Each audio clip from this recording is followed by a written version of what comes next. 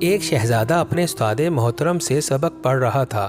استاد محترم نے اسے 2 جملے پڑھائے: جھوٹ مت بولو، غصہ نہ کرو۔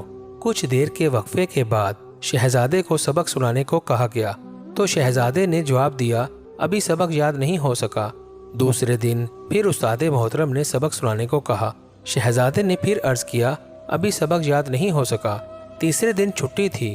استاد نے کہا، کل چھٹی ہے، لہٰذا کل لازمی سبق یاد کر لینا، بعد میں کوئی بہانہ نہیں سنوں گا۔ چھٹی کے بعد اگلے دن بھی شاگرد خاص سبق سنانے میں ناکام رہا۔ استاد محترم نے یہ خیال کیے بغیر کہ شاگرد ایک شہزادہ ہے، طیش میں آ کر تھپڑ رسید کر دیا۔ یہ بھی کوئی بات ہے، اتنے دنوں سے 2 جملے یاد نہیں ہو رہے۔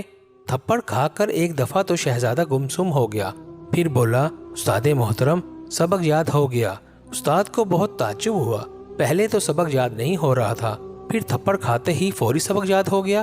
شہزادہ عرض کرنے لگا، استاد محترم آپ نے مجھے 2 باتیں پڑھائی تھی: جھوٹ نہ بولو، غصہ نہ کرو۔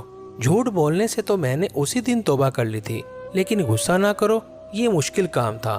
بہت کوشش کرتا تھا غصہ نہ آئے، لیکن غصہ آ جاتا تھا۔ اب جب تک میں غصے پر قابو پانا نہیں سیکھ جاتا تو کیسے کہہ دیتا سبق یاد ہو گیا۔ آج جب آپ نے مجھے تھپڑ مارا، اور یہ تھپڑ بھی میری زندگی کا پہلا تھپڑ ہے، اسی وقت میں نے اپنے دل و دماغ میں غور کیا کہ غصہ آیا کہ نہیں۔ غور کرنے پر مجھے محسوس ہوا کہ غصہ نہیں آیا۔ آج میں نے آپ کا بتایا ہوا دوسرا سبق، غصہ نہ کرو، بالکل سیکھ لیا ہے۔